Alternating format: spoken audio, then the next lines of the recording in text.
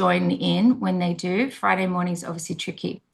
So, Korynn Morris, beautiful Korynn Morris. I put my lipstick on, as you guys have Me noticed. too. I've not done this for ages because Korynn, like the hair, the color, like at my exhibition opening, Emma will remember.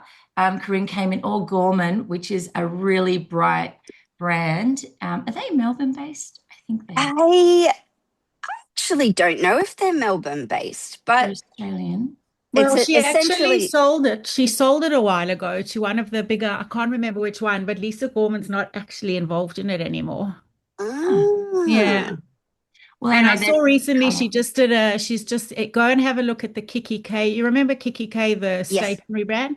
So yep. she's just done a whole like curation of design for them, and they now do clothing and stuff, and she's helping with all of that. I read. Oh, wow. I had Yeah. no idea. Yeah. Oh, as if my stationery addiction couldn't get any worse. I'm a bit addicted to stationery too. I got books everywhere.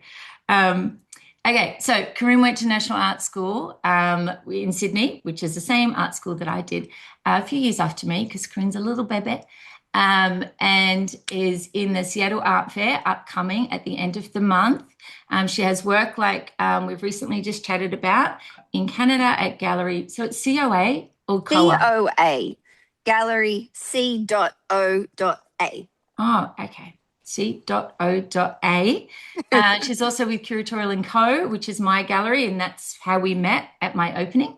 And also is the host of a podcast, Daring Creatively Unfiltered. And Absolutely unfiltered.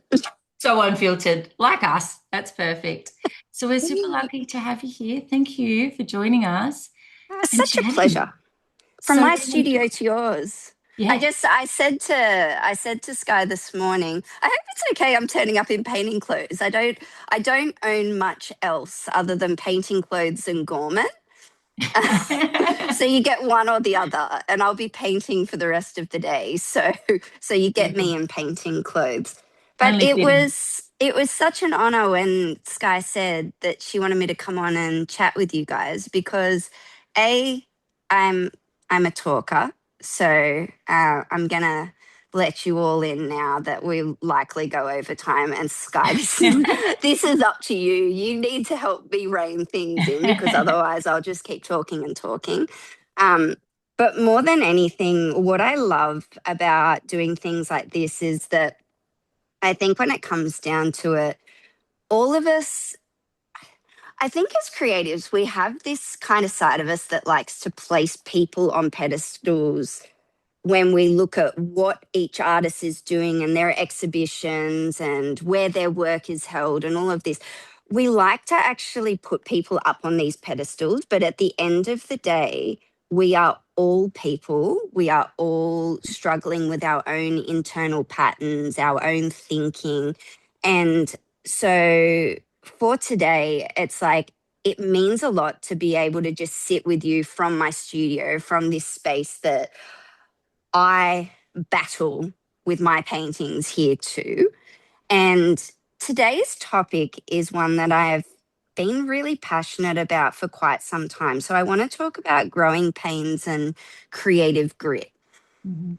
for the reason that currently in this zeitgeist that we are living in, this current creative market, whatever country you are in, the political sphere, what's happening in the world, there is noise, Mhm. so much freaking noise that have.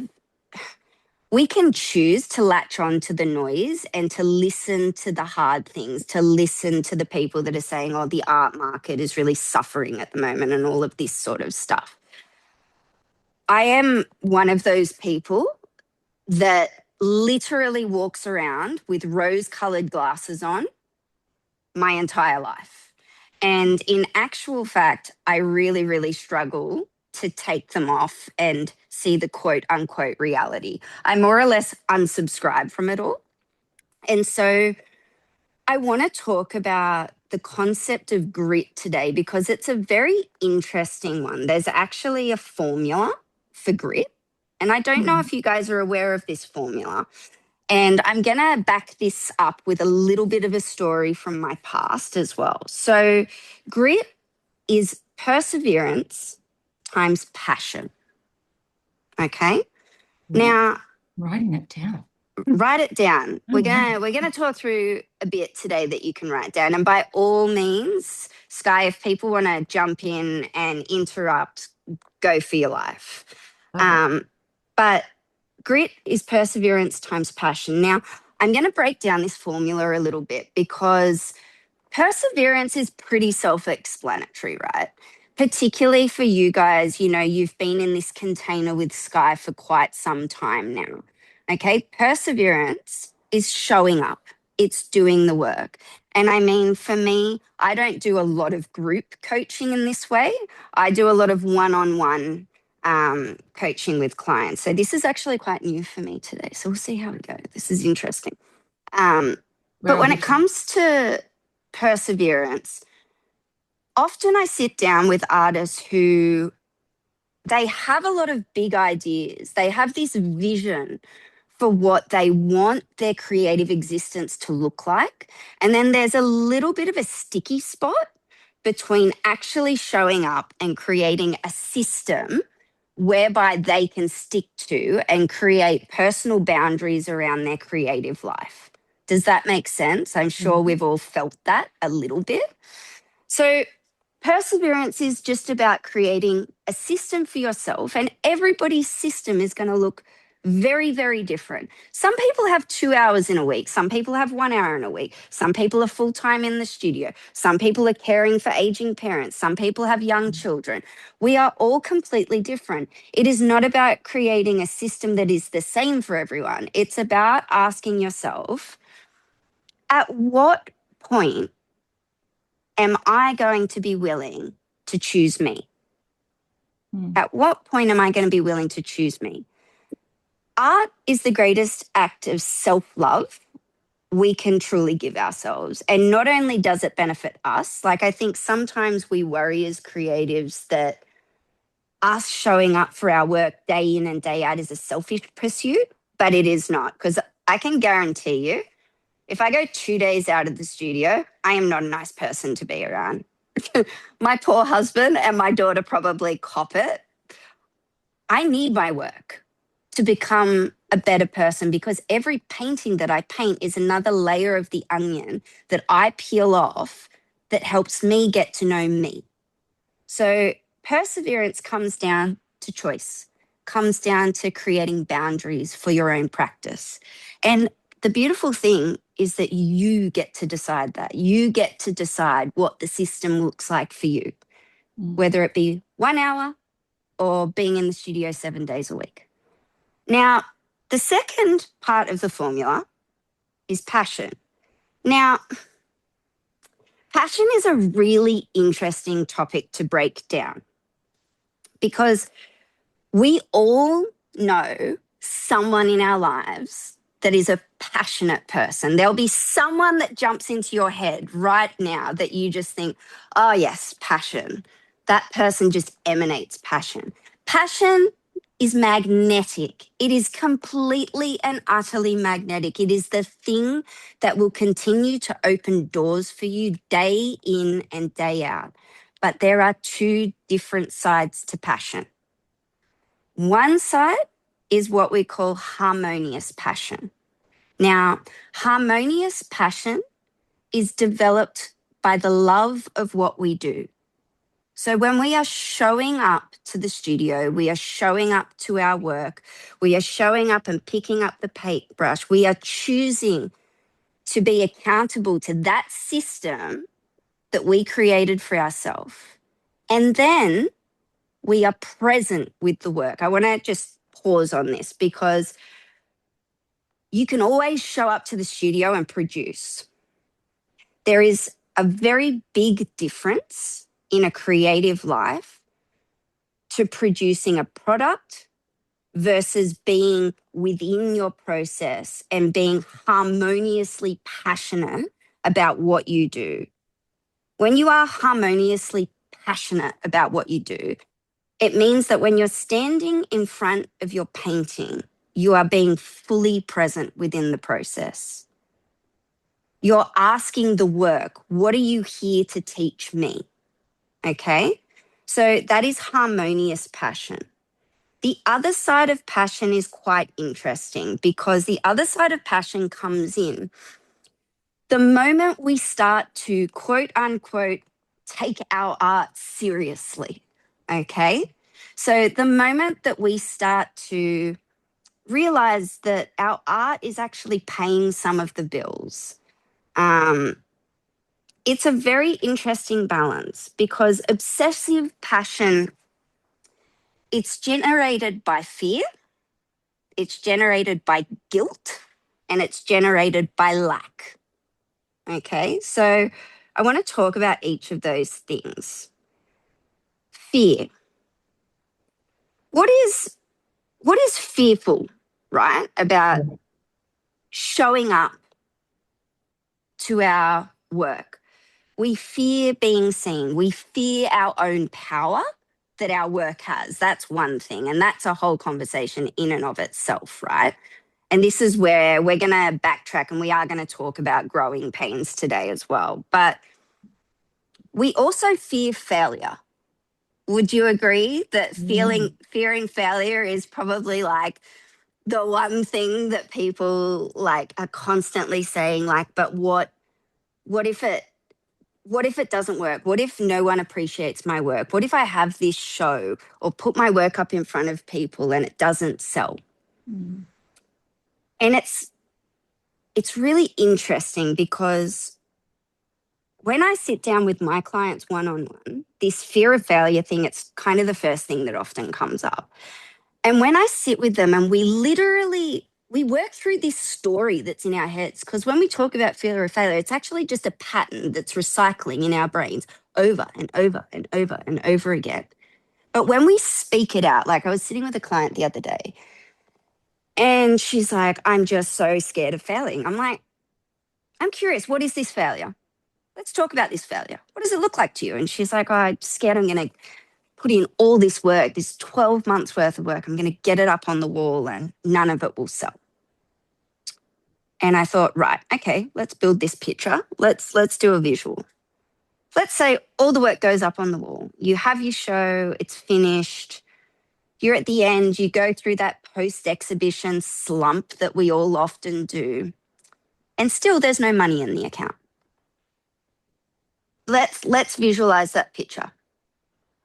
And I said, that sucks, right?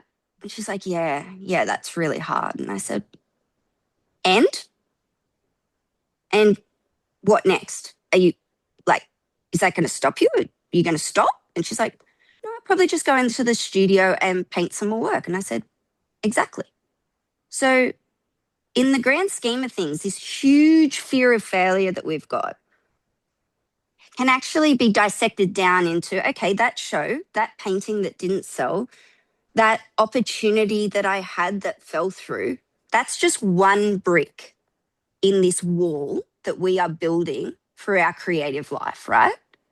If you think about every failure as a brick in the right direction, it's really easy to fail. And I feel like I'm going to segue now into this little story I wanted to tell you because most of you probably wouldn't know, but in a past life of mine, pre being full-time in the studio, I was a gymnast and I competed for Australia.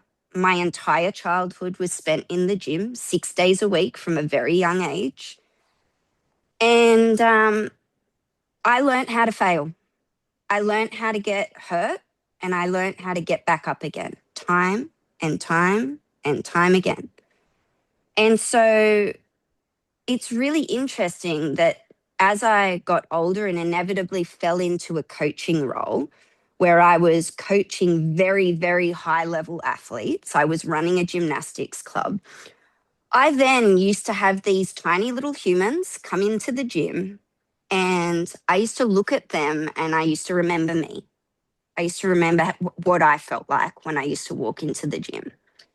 And you would think that having a very high level program and having these 6-year-old children walk into the gym, you'd think that in a program like that, I would go straight to their skills and test all their skills, right? Wrong. When I got a new child into the program, I didn't go straight to skills. Skills can be taught, just as in creativity. You can learn skills. Sky is an incredible teacher. She will teach you all the skills you need to know as to how to paint a painting. Anyone can learn those skills. Okay? What I used to look for in these kids, I used to step back and I used to put them in the program. I used to say nothing to them. I used to watch them from a distance. And I used to watch 6-year-olds, how many times they used to fall over and get back up again. And I used to watch how quickly their brains up here, how tough their heads were. And if I could see within the first hour of the lesson that they had the mental toughness, they had the grit, I would take them into the program without seeing any skills. Now, it's interesting to me thinking about those tiny little kids, even to this day, because you think to yourself, okay, how does a 6-year-old, for example, develop grit? How does a 6-year-old have grit? In some ways, I think people are born with it. But grit is one of those things that when I'm sitting down with my creative coaching clients, I look for the same thing. It's really interesting. I'll sit down with a new client and immediately that client wants to show me their work. They want to show me their skills. They want to show me their creative voice. And they start talking about all these things about their work, which it has a place, right? But before we go anywhere with their work, I just go, oh, well, let's slow down. This is your work, but we're going to do the you part first, because the you part and what goes on in here, if you don't have grit, if your mental patterning coming into the studio every day is all off, you can't make good work. Mm-hmm. You can be recycling the same patterns that are going on in your head.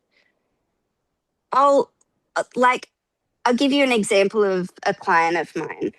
I had the beautiful opportunity of going to her studio and seeing some of her work. And of course, same thing, she pulls out all of, the successes and the things and the work. And she's like, I'm stuck with my work. And her work was beautiful, just as I'm sure that most of your works are beautiful. She had so much success going on in her work. And I just went, we're going to stop talking about the work for a second, because energetically, I could feel that she had this hurricane around her that was just so in need of being grounded. And I just grabbed her by the hand. Actually, I grabbed her by the shoulders and I walked her into the studio. And I said, I want you to stand here for a second. And of course, she goes straight to her back. She's like, see what I mean about this painting? Blah, blah, blah. I'm like, stop it. Have a look around your studio. And she's looking and she's like, what am I looking for? And I said, exactly. I said, you don't even have a chair in your studio. You don't have a single chair. That tells me that the hurricane in your life of raising 4 kids and still trying to fit your art in and trying to please your husband and trying to get everything done, I said, I want to ask you something. Are you taking that into your studio with you? And she burst into tears. And I just said, you are allowed to stop. You are allowed to choose you when you are here for your art. You are allowed to harmoniously turn up for your work. Please Get a lounge in your studio that you can sit in and take a moment for yourself first before you come and start attacking your work with that energy that you're pulling in from your home life. Mm. Does that make sense? Mm. And so back to this concept of grit. Like, I used to watch these kids fall over time and time and time again. And when we were coaching them, we knew that when they axed themselves, when they had a really, really big fall, as coaches, we had to balance this really fine line of, of course, nurturing them and their bodies back to health. And also knowing that the longer it took these kids to get up and redo that skill again, the bigger the fear would get. Mm. Grit is developed by failing. How do we fail? How do we develop grit in a creative life? We have to fail. We have to fail over and over and over again. We have to put our work out there and do the scariest possible thing for our practices. And that is going to look different to every single person. Some people are like in their studios and they're quietly painting for themselves and they don't really want to show anyone. They're not ready to show anyone. It's not finished yet. It's not good enough yet. But I am, as you can probably tell, I'm not a really subtle coach. I'm like the kind of coach that lights a fire under people's ass and gets them moving, right? So I am really big on encouraging every single person to fail. And when those little kids in the gym, when they used to axe themselves, you know what we used to do? We used to run up to them and we used to give them the biggest high five and we used to say, well done, you are right on track. We used to program these tiny little humans at 6 years old to understand that when they felt, it is one step closer to success. And I think this is something that I can acknowledge. I can fully acknowledge that general humans who have not undergone really hard things like that at a young age or have been in a position to be pushed that way at a young age, we don't generally carry the same level of grit as someone who has had to deal with that. But it is something that can be developed. It cannot be taught. Sky, as much as she tries, she cannot teach you grit because it happens through showing up and being fully present with the work and failing and then pulling yourself back up again. Does that make sense? What else did I have here? Oh, one thing I did want to say, a little pivot that I've done for myself this year, because I want to pivot to talking a little bit about growing pains now. In that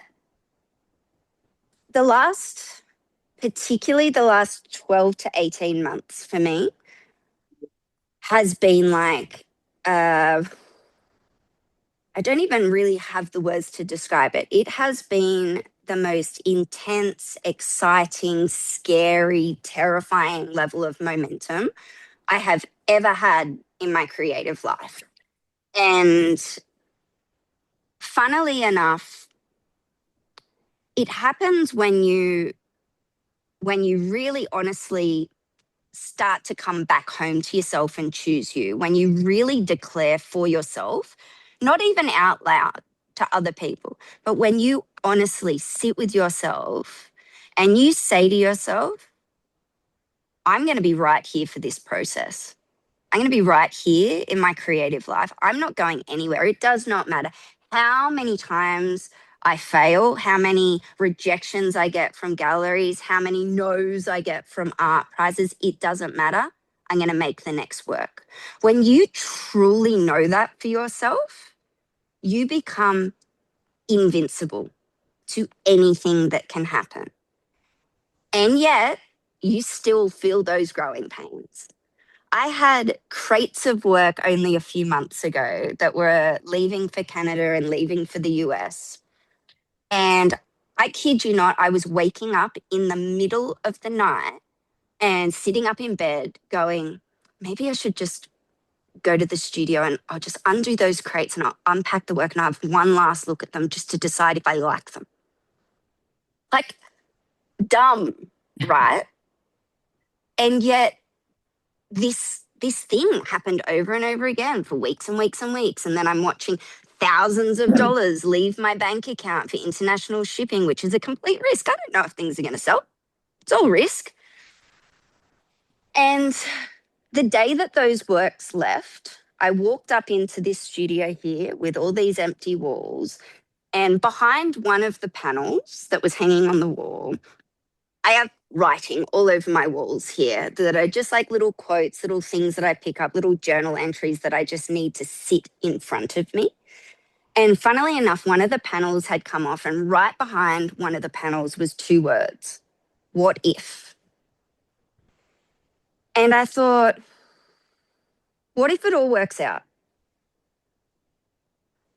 What if those works that just left right now are the start to the biggest momentum of my career? And I literally stood there in front of this wall and I had this conversation with myself. And since then, what I've been doing is I've been getting out my journal each morning, because I do my morning pages. For those of you, are you guys familiar with The Artist's Way, Julia Cameron's book? A lot of you would, yeah. So I'm a religious morning pages person. And it's very interesting. My morning pages of late have become this what if journal. So instead of the verbal diarrhea of the patterning that's so automatic coming out on the page, something has shifted since that day that I read those words on the wall. Because every morning when I start with those 2 words, what if? And I feel like I am literally writing the future version of myself into reality every single time I meet the page. So I would encourage all of you to just take moments like that for yourself, to sit and ask, what if? What if this next painting did that thing? Like, I don't know what your goals are. I don't know if anything that I say today is going to directly impact you, but what I would like to suggest is that you have absolutely no idea what is just around the corner. And when you show up to your work, knowing deep down that you are never stopping, knowing that this painting or this exhibition or this phone call you're going to make or this email you're going to send to a gallery, knowing that you offer it up to the universe and you go, well, show me how good this can get. Show me how good this can get. I have that written up there on my wall too. Sometimes that level of passion and that level of just being there with the work, being so passionate about your work, literally opening doors for you, sometimes that is the thing that will get the ball moving.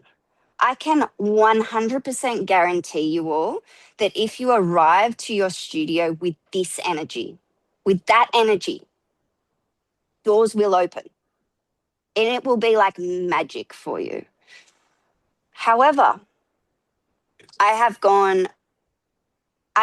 been exhibiting now for well and truly over a decade.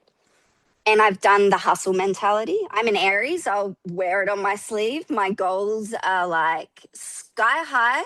Once I've reached the top of one mountain, I'm like, let's put the hiking shoes on. Let's climb another mountain. I'm like a shark. I don't like to stop.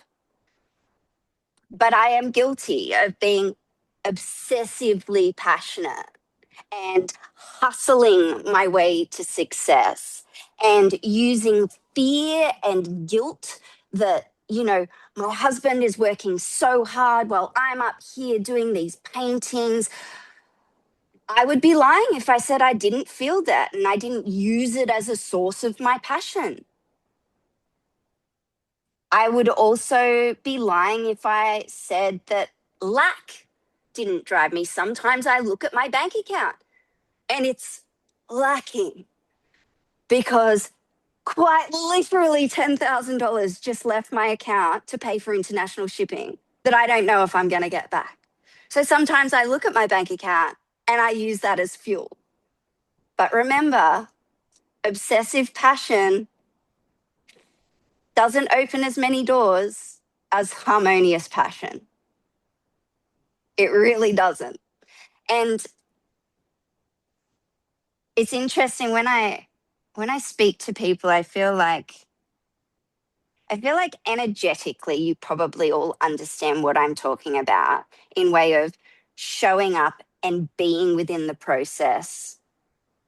I'm literally staring at words on the wall right now that say be here now. Showing up to the work without resistance, without white knuckling your way through the process just to get something over the line or because you feel you should. Sometimes we got to drop the oars a little bit and allow ourselves to arrive and just say, thank you. Thank you. I am here in front of this work that is changing me every single day. And that is enough. That is enough. And that's hard for someone like me with really, really big goals. Does that sink in? Can I ask, Korynn?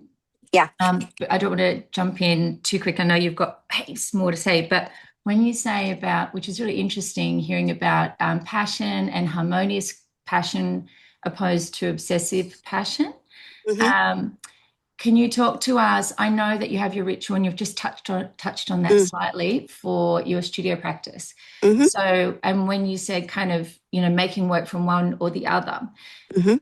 are you flipping that by doing your ritual, by stopping, breathing, doing your pages? Can you talk everyone through that? Absolutely. Going back to what I was saying about, how I had that client and I literally could see this hurricane of her life coming into the studio with her. It is inevitable that each of us are busy. I've got a 7-year-old daughter. She is my hurricane, believe me. And in order to turn up to my process and be with it in that harmonious way, I have to create a space between the action of painting and the external life of motherhood and just general like family life. And so every time I come into the studio, I have the same ritual that I do. I make myself a cup of tea. I plant my ass on this lounge and I do not leave until I am not feeling like, oh, I've just got to get in and get this thing over the line. Like any of that energy, I've gotten really good at listening to. And so I pull out the journal, I will do my morning pages, and I will usually do a 10-minute meditation where I'll just sit and I'll contemplate. Sometimes it's not even like a breathing thing. Like, here's a perfect example, right? I'm going to pick up, this is literally just sitting in front of me. This is a rock that I picked up from my local beach. I have a whole collection of them here. Every morning when I come in, I pick a rock up and I look at it. I take a moment of contemplation. Now, contemplation, actually, we could talk about this. This is a really interesting skill to develop. So, contemplation is not so much meditation, but it's just sitting and being aware of something. So sometimes when I pick up these rocks, I often carry them in my pocket for the entire day so that every time I put my hand in my pocket, I feel it. And it creates like a creates like a neuro pathway in your brain where it just forces you to pause. And so every time I touch the rock, I pull it out and I just look at it. And contemplation is the act of holding a concept or an idea or something very gently. You're not trying to get something out of what you're thinking about, right? So, for example, if I'm at the start of a collection of work, which I currently am, and I have like a concept about the work, I'm not like diving straight into these books, researching and writing notes. No, what I do is I just sit and I'll pick up the rock or I'll look at the work and I'll just hold a topic. So it might be as simple as I'm going to turn this around so that you can see exactly what I'm looking at actually. Yeah, you can have a little studio tour. So hang on, I wonder if there's a way of flipping this. Let me see. And If you find out, let me know. So tricky yeah. these things. Oh yeah, look. Okay. Oh, there you Cool. go. So I'm Ooh. literally sitting here looking at my painting that's I'm pretty sure is finished. I've been sitting staring at it for this week. And I just did like a massive revamp of the studio. So everything's very clean at the moment. So I just finished this whole cleaning thing yesterday. But I'm sitting here and hang on, I'm going to flip that back now. And I'm just looking at it. I'm not looking at it with the intention of trying to get something out of the work. I'm just holding this concept of landscape in my head really loosely.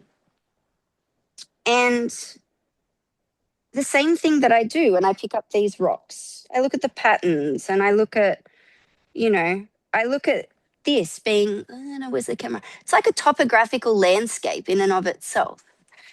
And I just sit and I look at it and I allow these ideas to kind of filter in and they float out and they filter in and they float out. It's like water polishing a stone. Very gentle, happens over time. I'm not gripping onto these thoughts. I'm just allowing them to float in and float out. And it is amazing how during the day, if I have these rocks in my pocket and I just touch them and I pull them out, 3 minutes, 30 seconds, whatever it is. And I just use it as an opportunity to ground myself before I pick the brush back up again.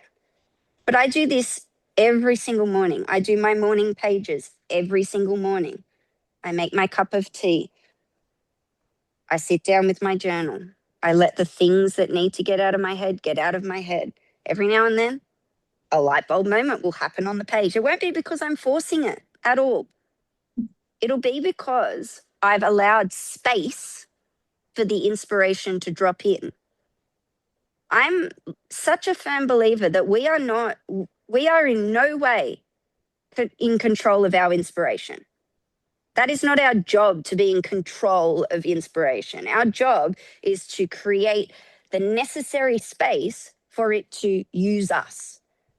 And I don't know if you guys feel like this when you're creating, but for me, inspiration will drop into me like some nuts download. Like it'll literally drop in and it'll move. It'll pull me in a way that I'm like, whoa, I got to catch up with this thing. I don't know where it's pulling me. And I don't know what it's doing, but I got this one little light bulb moment. I just got to try that thing. I got to follow that nugget and it will lead to the next thing and the next thing and the next thing. Inspiration is always 10 steps ahead of me. My works, I don't plan them out religiously. I arrive, I create the necessary space for the process to begin, and then it's off. Then it's off. Then it's moving me. And then at the end that a painting is finished, I know when a painting is successful because the feeling I get is like deja vu. It's really weird. Like I'll step back from the panel and I'll look at it and I'll go, oh, of course. Like it's been painted before on a different timeline. That sounds really woo-woo, I know. But I step back and I go, of course, you're exactly as was intended. Like it's such a bizarre thing to think about. But we have to be so deliberate about creating that space for ourselves for inspiration to come in. And, you know, we talk a lot, and I know Sky would probably talk a lot about this concept of, you know, finding your creative voice, right? In the early days of creating, I feel like it's like this obsession that every artist has, or at least like a lot of the artists that I sit down with. It's like this finding their own unique style and all of this sort of stuff. But I deep down, like I feel it. I've been there too. But I have a little bit of a giggle because sometimes I have to like remind artists, it's like this, it's not just you in the studio. You like if you are trying to find your style, you're not creating space for it to come in organically. Your job as an artist is to arrive. Period. You arrive. You arrive to your work and you listen. You listen to your work.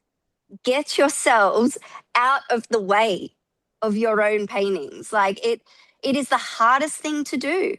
But the moment you start to remove yourself a little bit and just move out of the way for what needs to come through,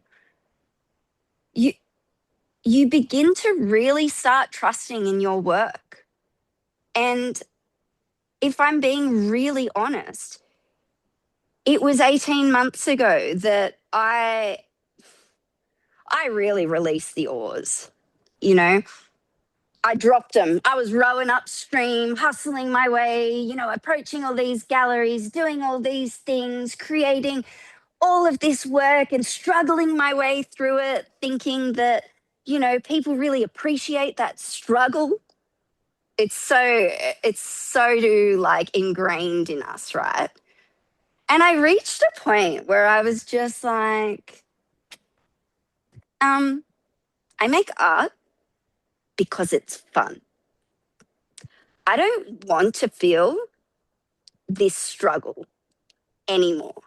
And I just decided to stop rowing upstream. I decided to drop the oars and go, do you know what? I'm just going to be here now. I'm going to be here for the work. I'm going to arrive and create enough space in my life, however I can, for whatever needs to come through me to come through me. It is easier said than done. I will say that. Part of that has to do with creating boundaries around your creative time. And I feel like one thing that I tell a lot of my coaching clients is that it's good to say to your partner and your husband, like your husband and your kids and your family and, you know, your boss and all of that. Okay. For this day during the week, this is my sacred creative time. Or for these 3 hours of the afternoon. Or sometimes I have to say to my daughter, Mummy needs an hour. I'm going to be really focused for an hour and then I'm going to switch back on. Okay. You have a choice. Like she's often in here with me. Like there'll be some days that I have to pick her up from school. And if I'm on deadline and I have to get something over the line, she's watched me her entire life choose very deliberately where my presence goes. And I look at her and I think to myself, do you know what? Every time we choose to commit ourselves and be accountable to that, it gives permission for the people around us to choose themselves too. It gives my daughter permission to show up when she is older and choose her. So I don't feel guilty when she has to come back here and I'll help her with her homework and then Mummy will be on for an hour. But then when I'm finished, I am fully on her. But creating boundaries around your creative life, however that looks for you, the hardest part is actually being accountable to yourself. So what happens with a lot of people is they will say to their husbands or their kids or their bosses, I need this extra day or I need X amount of time. But then something will come in, a distraction will come into play, or you'll procrastinate out of a fear of, not getting something right. And so then you're not accountable to you. And what happens is over time, if you say you're going to do something and then you don't show up for it, not just for yourself, but the people around you start to see that, and then they don't take you seriously either. So setting creative boundaries is as much about creating the space as it is about showing up when you say you're going to show up. And what that does is subconsciously, it kind of trains everyone around you to respect you and respect your time and respect your creativity. And I think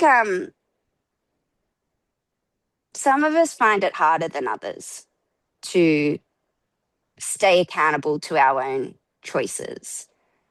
But I think it's a really, really important skill to have, especially when you're trying to get your work to the next level.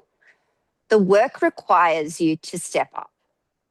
It requires change. It requires sacrifice. And I think you can do all of that without being a bad mum or, doing the wrong thing by your husband. Or I think you can do everything. We're women. We can do it all. We're superheroes. So I think that this is where you've got a wonderful person like Sky, who's obviously really cleverly helping you guys create systems for yourself. But yeah, I'm more than happy for you guys to ask any questions that you might have. Did that resonate with you all? Yeah, that's very Yeah? great. Okay. Yeah, That's good. I'm so glad. I'm I so love it. glad. Talk about passion. It's like, woo! You Like always. feeling goosebumps? Feel like getting in the studio, guys? Has anybody got a question for Korynn? Or being so shy? They're being so My nice. strong You personality. I have scared that effect them. on people. It's that gym coach. um, yeah, I well, have a question. great, good. You touched on your process of Yes. anyways, first I'd really like to say I enjoyed how you spoke, your energy, your passion, and your creativity, how you speak, and it was also very engaging and entertaining. So I really enjoyed listening, and Yeah. I really enjoyed how you spoke. So I really want to say that. But you Thank you. touched about, oh, you're very welcome. You touched about your process going into the studio that Mhm.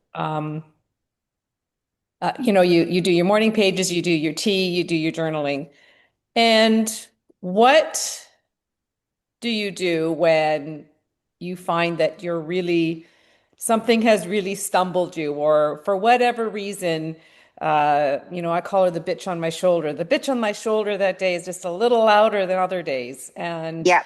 you find yourself running in loops of procrastination. I'll just clean my water first.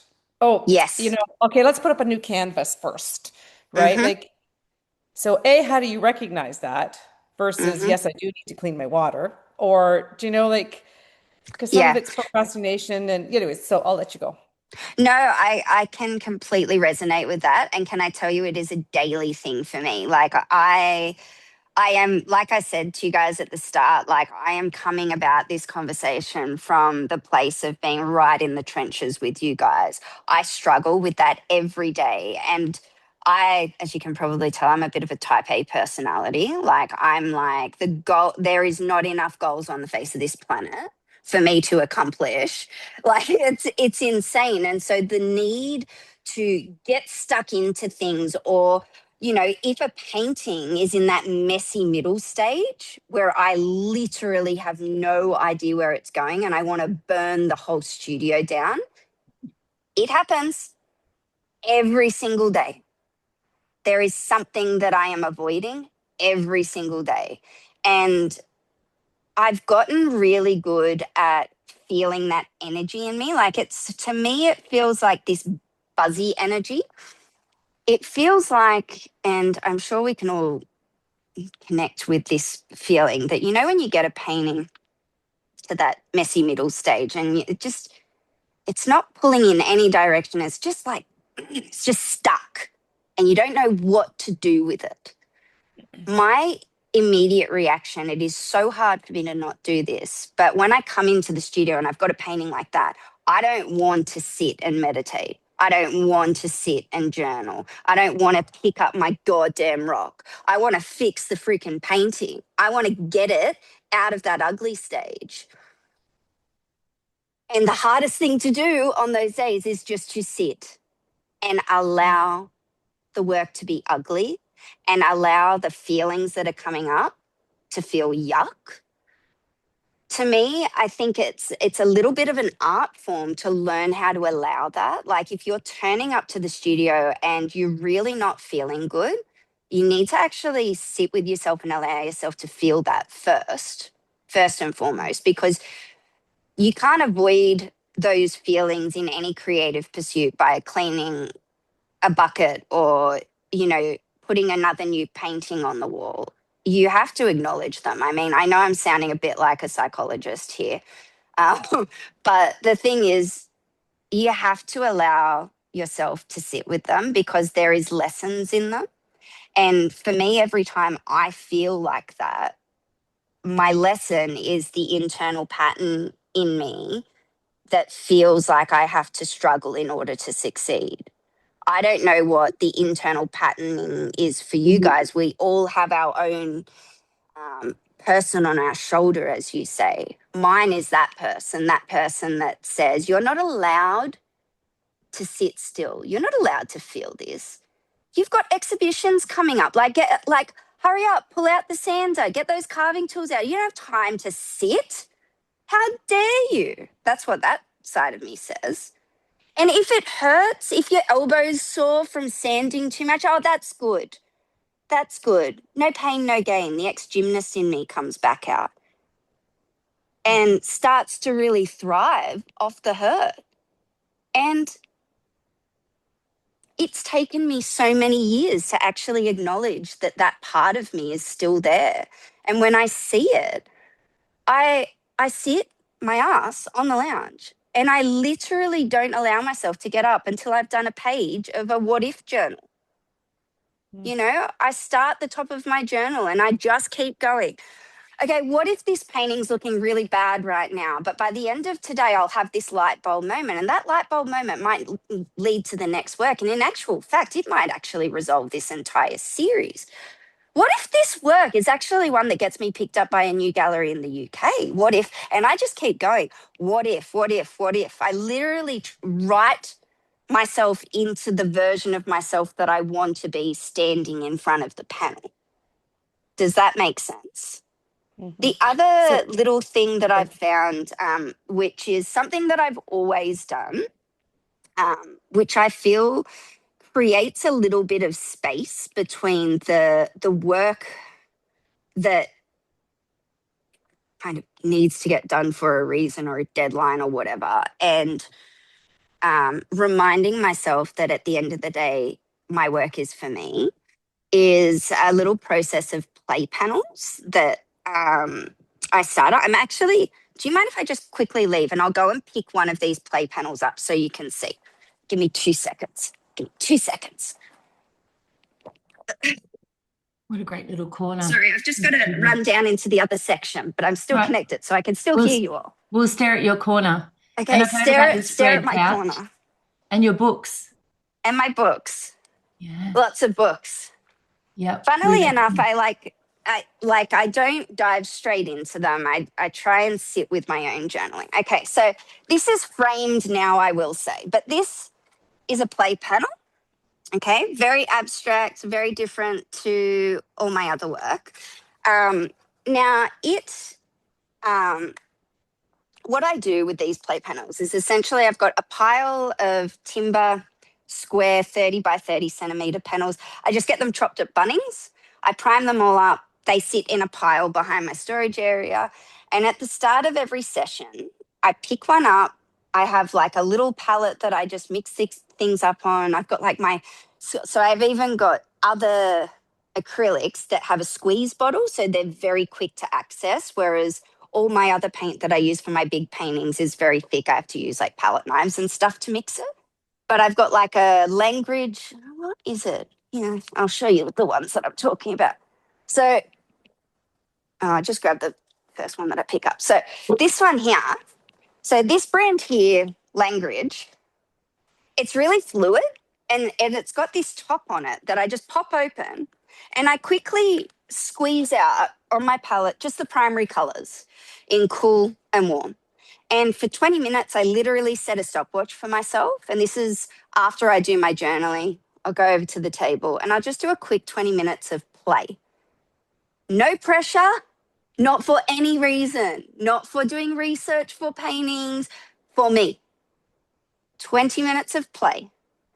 Usually after that 20 minutes, the panel, like, it looks like nothing. They look like shit.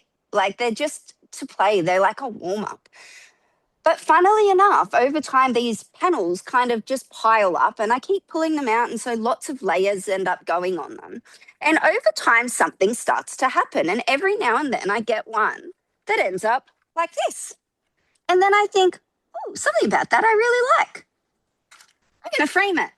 And so I framed it and it stays like in that area there. But I look at it all the time and I think, it's a reminder for me just showing up and having a play. Like, you don't have to take things too seriously. Like, if you get caught in a loop and you just can't get yourself out of it through journaling or through any other aspect, pick up something that is not your work and just treat it as 20 minutes for you.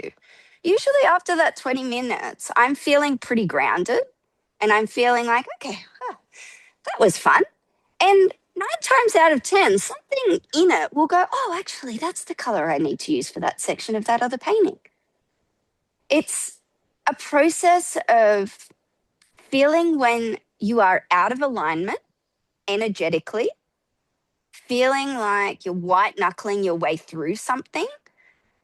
If you can get to a point of sensing that in your body, then you go, okay, what's something I can do right now just to release the oars, stop rowing upstream and just have some fun and just release and just relax and just remind myself that art is fun. You've got to kind of trick yourself almost in ways. Hello, husband. So it's kind of like so Korynn, it's kind of like you have to be also you have to be you also have to be disciplined listening to yourself. Yes. And so so the strength is also in saying, okay, it's going to be here. It's going to be it's always going to be here. And so I'm going to do this process, whether I feel good or I feel bad. I'm doing this process every day. Yes. And you build in that routine so that it's easier to say, when you have your bad days, you're not like, it's not such a big fight to say, okay, no, I'm going to sit and journal. Well, of course, because every day I journal. Yeah, that's exactly right. Like Yeah. you've literally hit the nail on the head there in that, you know, when you get yourself to a point of putting that superhero cape on, which is that choice for you that says everything I'm doing is one brick in the wall, this bad day, this shit work, this work I can't resolve, one brick in the wall of an entire life of producing creative works. When you know that you're never going to stop, when you have grit, let's go back to that word. When you have grit and you know that no matter how many times you fail, you're always going to get back up. Like, and I'll be really honest to say that it has always been my superpower because I grew up in a gym. I learned really young how to be very uncomfortable, how a body me in my tiny little 6-year-old body to be in so much pain at such a young age and have absolutely no one to, you know, feel sorry for me. I learned, and there was something in me, even in that young age, that I thought the goal is so much bigger than this hurt.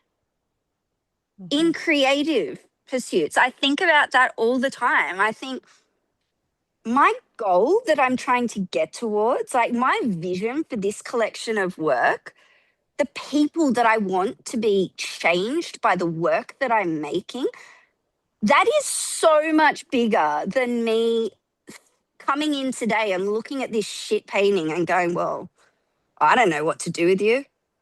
You know, it's bigger than that.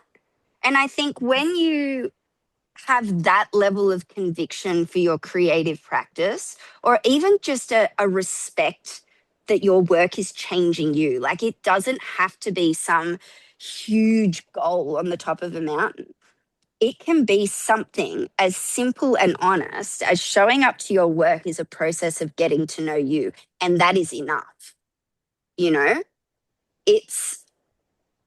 this is what I'm saying, is that when you have that thing, that desire, that hunger, the same hunger that those little students that I used to teach used to have, when you have a hunger, nothing else matters. And, you know, it's not to say that you're not going to go through growing pains. We all do. But because you've already decided, because that thing inside you is driving you, you never think about stopping. You never think about quitting. So when it's a bad day, it's just a bad day. Tomorrow's a new day.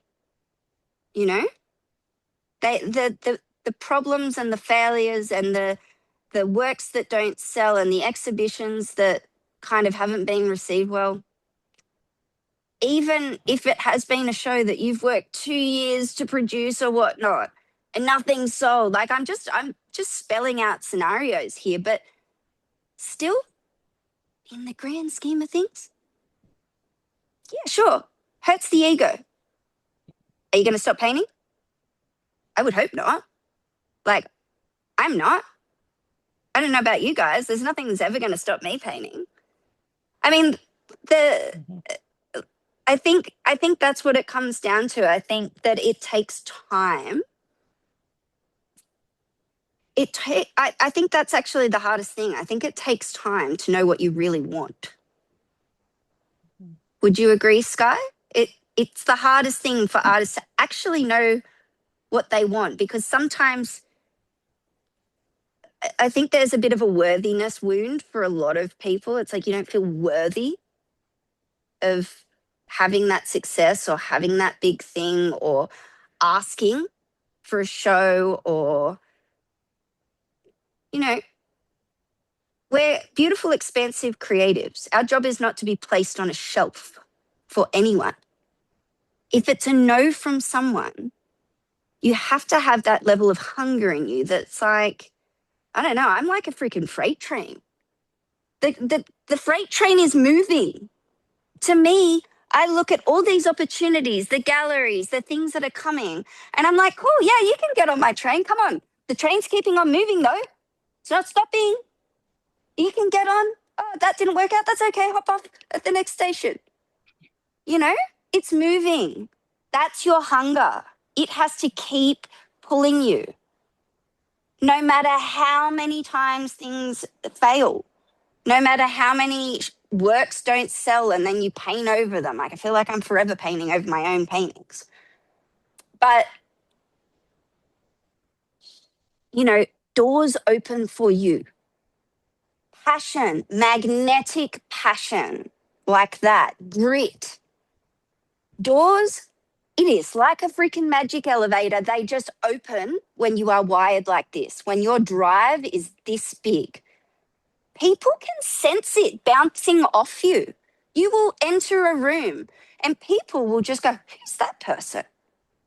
Because of how you are showing up for you, for your work, for your desires.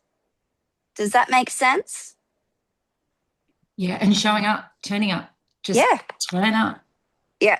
And like I say, routine, but like just keep turning up, keep turning up. And what doesn't work there will work over there. And what works over there won't work over there. So it's just like I say, just keep turning up. Absolutely. Mm. Yeah. 100%. Mm. Does anybody else want to ask Korynn something?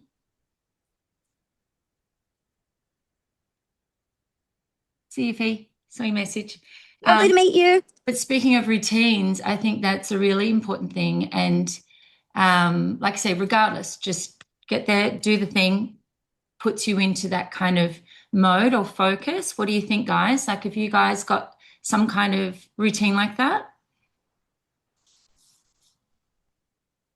Yeah, Kate. Mm. What's your routine, Yeah. Kate? Do you? Oh, so when I come into my studio, I mentally have been here like the hour before, And so when I'm driving here, I know I've really landed, but I've been thinking about it. So to just loosen me up, I don't do a play panel, or I do a play panel in a different way, in the fact that I'll just grab three colors and really do a quick little color study with them, and Amazing. I have no care what it turns out to be like or anything, or if it's perfect or if it's screwed up or anything. It's just a mash mosh of all of those colors, and very spontaneous. And then that just kind of loosens me up, where I can say, look, I didn't give a fuck about what I just did. And look at those beautiful colors together, or look at how, even though I didn't plan anything, it still looks pretty good. And so Mm. that gives me the confidence to turn to a painting then and just go, don't care, Kate, just let whatever is now, your tension's gone. Just let whatever has to come out, come out. Yeah. Fantastic. Yeah. Very Yeah. similar thinking to the whole Mhm. play panel situation. It's just, Yeah. it's a process of arriving. Like that's the thing. I think that's the word that everyone needs to keep in mind is like, how do you arrive? How do you arrive? Right. Like, you've got to, like, there has to be some sort of separation or something that you do that just centers you in the space that goes, okay, I'm ready to choose me. I'm stepping out of the chaos of me being here for everyone else. And I think women in particular, we carry so much in our lives that is just subconscious. We don't even realize we're carrying it around with us. Mhm. And yet, it's one of the reasons why I'm so pedantic about the way my energy operates within this space. But like it will be a thing. And Sky, I know you get this, right? You move your chairs around a million different places. It's got to kind of feel right. And my husband, he literally walks up here and he's like, whoa, transformation. And I'm like, I know. And then he literally came in the other day and lied down on my lounge. And I'm like, no, off my lounge with your chaotic energy. I've just cleansed this space. That is my corner. Go, go, go, go. But you've got to create something that just, I don't know, allows you to just come back home to yourself. And I think the And what I, concept, sorry? and what I really appreciate is I never think of doing this in the midst of when the energy is spent on the painting to go back and do another one, perhaps. Mm, Or, mm, like you kind of do interesting. your play panels kind of in the process, and I do them before the process. So I'm really curious if that would um, settle some of my emotions by doing it when I'm stuck, or when I'm in a fog. Yeah, and I think we've got to be really careful about like overcomplicating things for ourselves. This is where that rock thing comes in. Like I just stick it in my pocket And so it's not like every time I'm feeling really flustered or I can feel that buzzy energy in me just trying to get something out of the painting, I just stick my hand in my pocket and I go, oh. And it's like, it's actually like it is a strategy that, is used often in high performance coaching, is developing different neuro pathways and finding these tiny little things that will just create a chink in this cycle that's going on. And that's where this comes in. My hand goes on it, I pull it out, and it could just be 10 seconds, but I just pause, I close my eyes, and I just take a deep breath. Sometimes it forces me to come and sit on the lounge because it just goes, oh, can you feel that? You're in that buzzy energy again. And because I'm in front of the panel and I'm painting, I wouldn't have felt it unless I have touched this, you know? I don't know what that thing is going to be for you guys, but you've just got to find some little trick for yourselves, if that makes sense. That's a good one. The rock is easy because it weighs down your pocket and you can't help but touch it every now and then. It's interesting. I have read a lot about Georgia O'Keeffe, and that's what she did. She kept Oh, rocks in really? her pocket, and she would actually bring them out and rub them, That's so and interesting. it calmed her down. And she learned a lot from just the feeling of the rock. So I yeah. love that. I'm going to have to go and read Mhm. that. I had no idea, but yes, 100% right. It works. Yeah. Yeah. It's also used with people who have had high trauma to have rocks in their pocket that they can just, like when they are spinning out of control, they can just play with their rocks in their pockets. And quite often they're the same rock because they find 3 rocks or 4 rocks they're the rocks. So Yeah. they play with them in their pocket. Yeah. Yeah, no, it makes a lot of sense. Makes a lot of Yeah, it sense. does. Yeah, I never thought of that. Really, one more quick question, then I won't take any more of your time. Everybody else can jump in. So you don't do your morning pages then first thing in the morning. I You do your can't. morning pages when you go to your studio. Correct. Yeah, because sometimes at home, like I do sometimes, if I have a break in the schedule of getting like my daughter ready and whatnot, usually what will happen is I'll get up in the morning at home and I'll probably have 10 minutes before I really need to start getting her ready for school. So I do sit, like I'll do something else in the morning where I'll take my cup of tea, and I am really intentional about setting boundaries around that as well. Like she knows that I will sit and I will have my cuppa and I will not get up until my cup of tea is finished. Then after that, it's getting ready for school. So it's like a process of presence, but I feel like it's really important for her as well to witness that, because I have to say to her sometimes as well as, remember, you're a person and mummy's a person.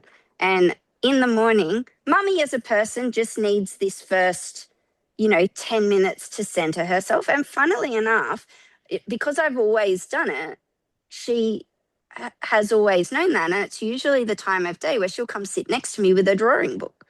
So, yeah, like I'll do that in the morning and then she'll go to school and I'll get here and I'll sink in. Mhm. I like that. I always do it first thing in the morning and then get distracted by everything else. So I've almost lost that, before the studio Mm. time. Yeah, I like that. Thanks. Yeah, no, my pleasure. My pleasure. Dream come.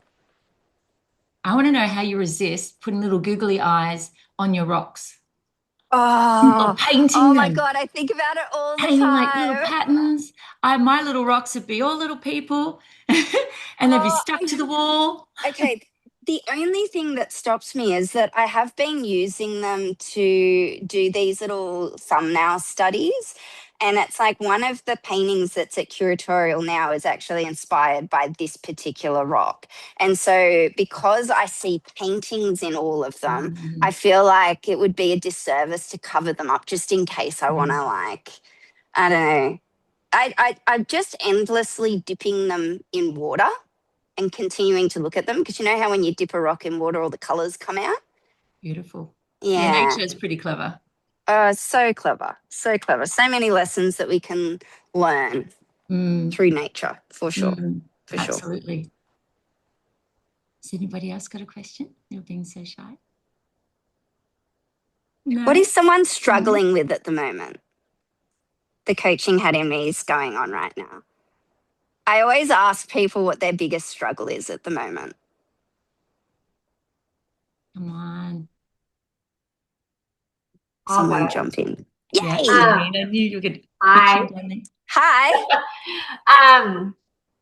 Mine, I guess, is that fear of taking action. Oh, sorry, you're cutting out. I don't know if it's me or you. A lot of work, and just try.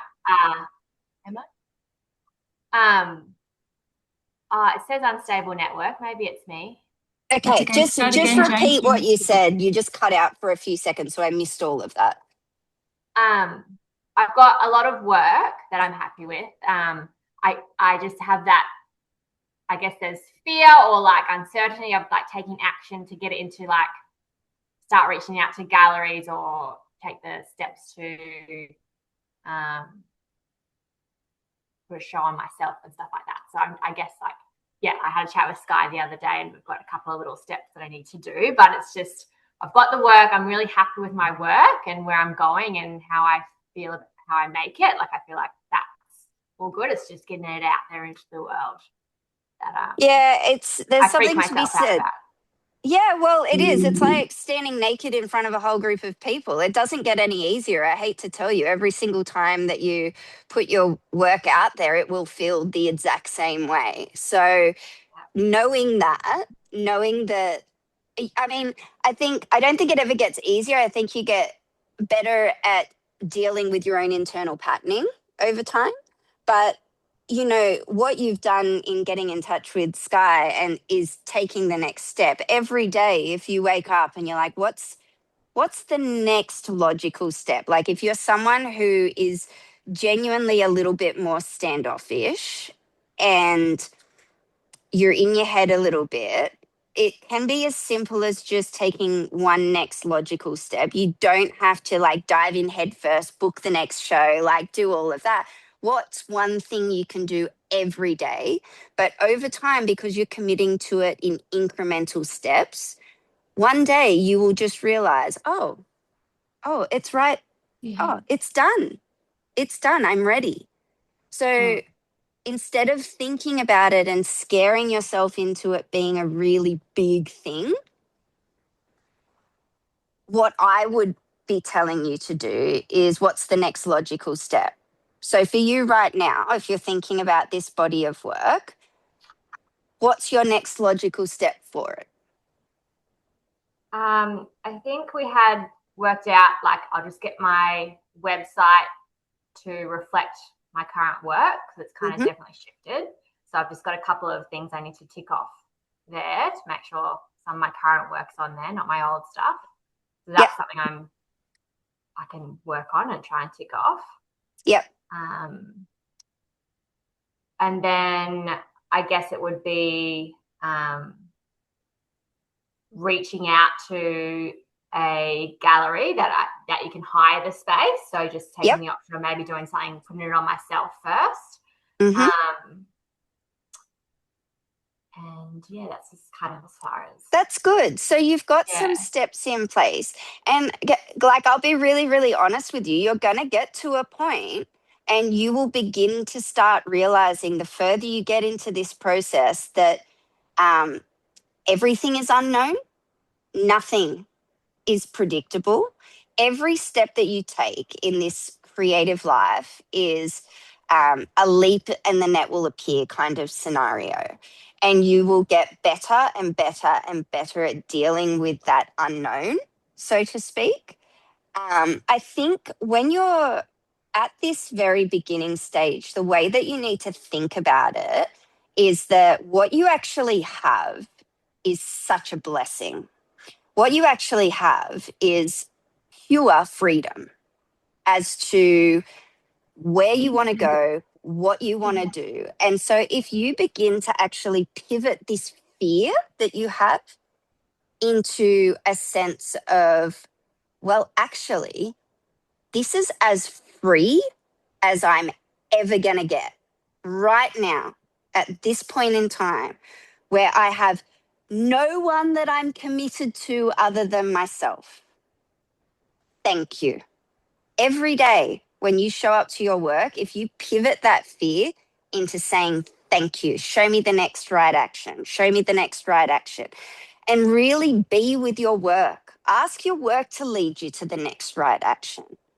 And a quote that I am forever telling people to write down on their studio walls is, universe, show me how good this can get. It is the first thing that I can see. It is literally at my light switch. It is the first thing that I see. It is the last thing that I see when I leave every day and I turn the light off. Universe, show me how good this can get. Remembering that you have absolutely no idea what is just around the corner. None of us do. Not even if you have the world's best business plan. Like, this is the hilarious thing, right? You know, even me with my coaching clients, I sit down, I help them develop a backbone of their business. We work on their values and their mindset and their internal patterning and the energy that they're showing up with. All of these. And at the end of the day, it's still completely unknown. You still have no freaking idea what is right around the corner. And I just say, I'm excited for you. I'm excited that you're right at this point where you literally get to go through this opportunity of feeling all of the emotions involved in choosing you, first of all, because that's what you're doing. Like, you're choosing to take something that has poured out of you seriously. This is why our works are like standing in front of a mirror looking at ourselves. This is why it is so scary. But this is what grit is, right? Grit is having that fear and doing it anyway. And then whatever happens, whatever response you get, whether you book a show, whether you contact a gallery and they don't contact you back, or maybe they will, whatever it is that happens, what you do with that, that is what develops the grit. And, this is the solid footing that every creative life lives off. You have to just one logical step each day, nudge your way into that unknown in the safest possible way for you. Some people don't like diving in head first. Some people need to do it slowly. Whatever works for you. But you got to keep getting yourself out of the comfort zone a little more, a little bit more, a little bit more each day. I keep just going, I'll just paint. I won't think about selling it. I'm just going to paint. Yeah. Yeah. But do you know what? Yeah. That just shows that you have this love of what you do. And that's where that fear comes in, because you really honor what you do. Clearly you're showing up for your work, and it's clearly changing you as a person, and it's clearly such a personal thing. And that's where, like, the moment that it becomes that tipping point where we want to show it to another person, kind of, it does feel weird. It always feels weird. Like, to me, I look at my paintings, they go off, they get shown in a gallery, and it's weird. Like, I walk into my exhibitions and I look at the work and I feel like I'm having to reintroduce myself to them again. It's like they really are. They're your babies that you send off to the world. And they change. Like, this is the thing that we don't often talk about as creatives. The moment the work leaves the studio, it leaves your presence. It leaves the fact that your hands are here painting the thing. It goes off and it lives a life of its own. And that's where having the ability to learn how to not white knuckle your way through, and learn how to release the oars and just kiss them goodbye and just say, show me how good this can get. Thank you for how you've changed me. I'm curious. The curiosity piece in all of this is really important as well. Like if you're a little bit scared and being excited about going out and letting them live is too big a jump for you, use the word curious. Like every day when you look at the work and you know it's about to leave, you say, I'm really curious about where you're going to take me next. Just start that conversation with the work. And at the end of the day, you've got to remember that we got to move out of the way. It's not about us. It's not about us. We have to move out of the way for our work. Somebody in the world needs to see what we're doing. There is someone in your life right now that is watching you and is probably really silent, not saying anything, and they're just watching you quietly work behind the scenes. You're going to get this work out there. And that is going to be the permission that that person needs to choose them. This is a butterfly effect, people. Like, we have no idea the people that we are inspiring by just doing what we love. It's a gift. Don't hide it. Don't hide it, you know? Thank you. Okay. Pleasure. Great advice. Thanks, Korynn. Okay, Janie, did you hear that? Just do it. Get out of the way. Yep. And it's true. It's all true. Thank you so much, Korynn. You're amazing. I feel very inspired. I just want to get in there and get painting. Yeah, absolutely. Me too. Yeah. Me too. Although I've got this foot heater on me at the moment. It's feeling very cozy. This factory is very, very cold in winter and very, very hot in summer. So you're pretty cozy. Yeah, cozy in this corner at the moment. Yeah, and it looks cozy. Thank you so much. Everybody smart. I'm going to do one of those little screenshotty things. You ready? Okay. Last week we did this. Oh my God, we look amazing. Thank you, Korynn. Thank you so much. You're amazing. No worries. We've been so lucky. What do you guys think? Thanks, Korynn. It's so quiet. Thanks, guys. Thank you. It's been such a pleasure. Thank you. And if anybody needs to talk to Korynn, all her details are up on the announcement, or you can reach her on her Insta, or where's the best way? Yeah, Insta. I don't even care if people send me a text message, honestly. I'm a talker. She's an open book. I am never short on wanting to have a good conversation. So reach out wherever is easiest for you. But yeah, Instagram's easy. You can DM me anytime. Cool. Yeah, slide right into her DMs. Slide right into my DMs. I want to see some of your work as well. I would really, really love that. Oh, that's amazing. All right. Well, thanks, Korynn. Everybody have a beautiful day and a beautiful night for those that are Thursday night. And we'll see you soon. And Korynn, I'll chat to you soon. Yeah. Bye. Thank you. Bye. Bye. Bye. Bye.